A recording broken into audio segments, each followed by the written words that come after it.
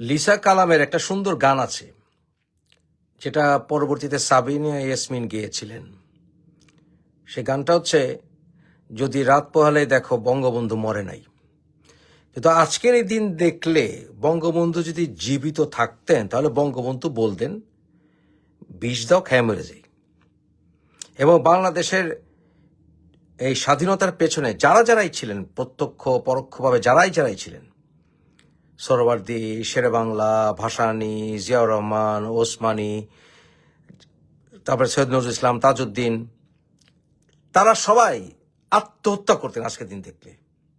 যে দেশদ্রোহীরা, যারা বাংলাদেশের স্বাধীনতার বিরুদ্ধে কাজ করেছে সক্রিয়ভাবে, যারা আল বদর বাহিনী গঠন করেছিল, যারা আমাদের ইন্টেলেকচুয়ালদের হত্যা করেছিল, যারা আমাদের মেয়েদেরকে পাক বাহিনীর হাতে তুলে দিয়েছিল, যারা আমাদের মুক্তি যোদ্ধাদের দেশদ্রোহী বলে তাদের বিরুদ্ধে যুদ্ধ করেছিল, সেই জামাতিরা আজকে আমাদের মাথা ব্যথার এত বড় কারণ হয়ে গেছে। বাংলাদেশের প্রতিষ্ঠানের বিরুদ্ধে যারা ছিল তারা আজকে জীবিত থাকলে আত্মহত্যা করত। মুক্তিযোদ্ধারা কবরে টেনশনে ভুগছেন। এই বাংলাদেশের জন্য যারা জীবন দিয়েছেন, যে কোনো কারণেই হোক, তারা ছলচাতুরির শক্তিতে হোক, ম্যাটিকুলাস ডিজাইনের মাধ্যমে হোক, যে কোনোভাবে হোক, তরুণ প্রজন্মের মাথা খেয়ে হোক, সাধারণ প্রজন্মের অজ্ঞতার কারণে হোক, যে আজকে এই রাজাকাররা ক্ষমতায় যেতেও পারে, একটা সম্ভাবনা সৃষ্টি হয়েছে।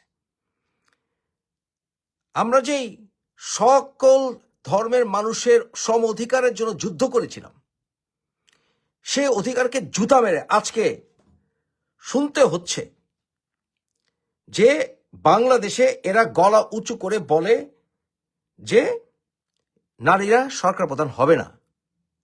জোরে বলে, একদিন তো মিনমিনিয়ে বলেছে না, হারাম না, নারী নেতৃত্ব হারাম না। এখন উঁচু করে বলে যে নারী প্রধানমন্ত্রী হবে না, আমিরও হতে পারবে না, ইনায় বিনায়, এবং সকল নারীদের মুখ ঢেকে দিয়েছে।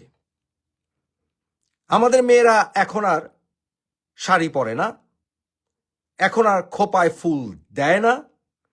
কাজী নজরুল ইসলাম, উনিও যদি জীবিত থাকতেন, উনি গলায় ফাঁসি দিতেন যে আলগা করগো খোপার বাঁধন। এই গান আমি কেন লিখেছিলাম? আত্মহত্যা করতেন। সোহরাব হোসেন, আব্বাস উদ্দিন, ওনারা জীবিত থাকলে তানপুরা দিয়ে নিজের মাথা ফাটাতেন নিজেরা, যে কি দেশ দেখতে হচ্ছে, যেখানে বাঙালি সংস্কৃতি মারা যাচ্ছে। বাঙালি সংস্কৃতি পালন করা মানে হিন্দু সংস্কৃতি বলে মুসলমানদের কাছে জান্নাত বিক্রি করছে, এবং জান্নাত বিক্রি করছে আবার ঘুষ দিচ্ছে, ভোটারদেরকে ঘুষ দিচ্ছে। বুঝতে পারছেন? ভোটারদেরকে ঘুষ দিচ্ছে। এই দিন আমাদেরকে দেখতে হচ্ছে যে ভোটারদেরকে ঘুষ দিচ্ছে, এবং তারা আবার শরীরের কথা বলে, জান্নাতের কথা বলে, যারা ভোটারদেরকে ঘুষ দেয়। তাহলে ওদের হাত কেটে ফেলা উচিত না? হাত কাটা উচিত। শরিয়ার আইন তো চুরি করলে হাত কাটা। তাহলে ওরা যে ভোট চুরি করছে, দরজা বন্ধ করে ভোট দিচ্ছে, তাহলে ওদের কি শাস্তি হওয়া উচিত বলেন আপনারা? এই দিন আমাদেরকে দেখতে হচ্ছে যে আমাদের চিন্তার কারণ হয়েছে যে জামাত ক্ষমতায় যেতেও পারে স্বাধীন বাংলাদেশে। এর চেয়ে বড় বেজ্জতি আমাদের জন্য কিন্তু এটা ওদের জয় হয়ে গেছে। এমনি ওরা ভোট 20টা পাক, ওরা মনে করেন 20টা সিট পেয়েছে সংসদে, তাও জিত হয়ে গেছে ওদের। কারণ কি জানেন? আমাদের মাথা ব্যথার কারণ হয়েছে, তাই না? আমাদের মাথা ব্যথার কারণ হয়েছে এই রাজাকার উত্তরসূরিরা। এখন আমার ভোট আমি কাকে দিব? আপনারা জানেন যে আমি জাতীয়তাবাদীতে বিশ্বাস করি। আমি শহীদ রাষ্ট্রপতি জিয়াউর রহমানকে খুব ভালোবাসি, তার সমালোচনাও করি। কেউ তো সমালোচনা হতে না। আমি বঙ্গবন্ধুকে জাতির পিতা মনে করি। আমার ভোট কই দিব? আমি তারেককে পছন্দ করি না। আমি পরিবারতন্ত্রের বিরোধী। এটা কেমন অন্যায়? ব্যক্তির চেয়ে দল বড়, দলের চেয়ে দেশ বড় বলাটা কি অন্যায়? আমি পরিবারতন্ত্র থেকে মুক্তি চাই, এটা বলা কি অন্যায়? আমি আমার চরম শত্রুর সুষ্ঠু বিচার চাই, এ কথা কি বলা অন্যায়? আওয়ামী লীগের রাজনীতি করার অধিকার আছে, যে দলটি দেশের জন্ম দিয়েছে। তাদের ভিতরে কি অন্যায় করলে শাস্তি হোক, এই কথাটা বলা কি অন্যায় আমার? তাহলে আমার চয়েস কোথায়? আমার চয়েসটা কোথায়? রাজাকারকে তো ভাই দিতে পারি না ভাই, পারি?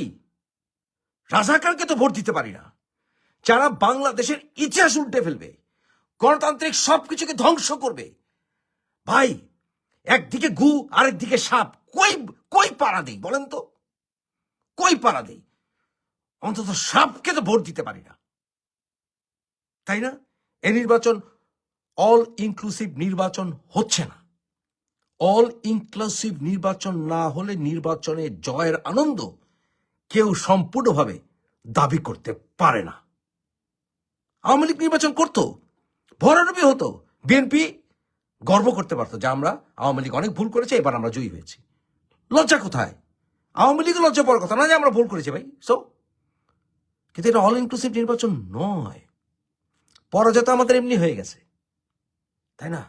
তো রাজাকাররা বাংলাদেশে অনলাইনে বটগিরি করে, বাংলাদেশে মাথা উঁচু করে বলে স্বাধীনতার চেতনার কথা বলা যাবে না, এই দিন আমাদের দেখতে হচ্ছে না। এই কথাগুলো মনে রেখে অন্তত বিএনপিকে ভোট দেন ভাই, বিএনপিকে ভোট দেন, কিছু করার নাই। ভোট যদি দিতেই হয় বিএনপিকে ভোট দিন, এই রাজাকারের বাচ্চাদেরকে দিয়েন না, দিয়েন না। স্বাধীনতার সাথে এত বড় বেইমানি আপনারা করেন না। আমিও কম সমালোচনা করি না তারেকের, করি না, তারপরেও let him B the PM, দেখি কি করে। তারপরে আস্তে আস্তে আমরা পরিবারতন্ত্রের বিরুদ্ধে সংগ্রাম করব, সকলের রাজনৈতিক অধিকারের জন্য সংগ্রাম করব। রাজাকারের বাচ্চাদেরকে don't do it, don't do it.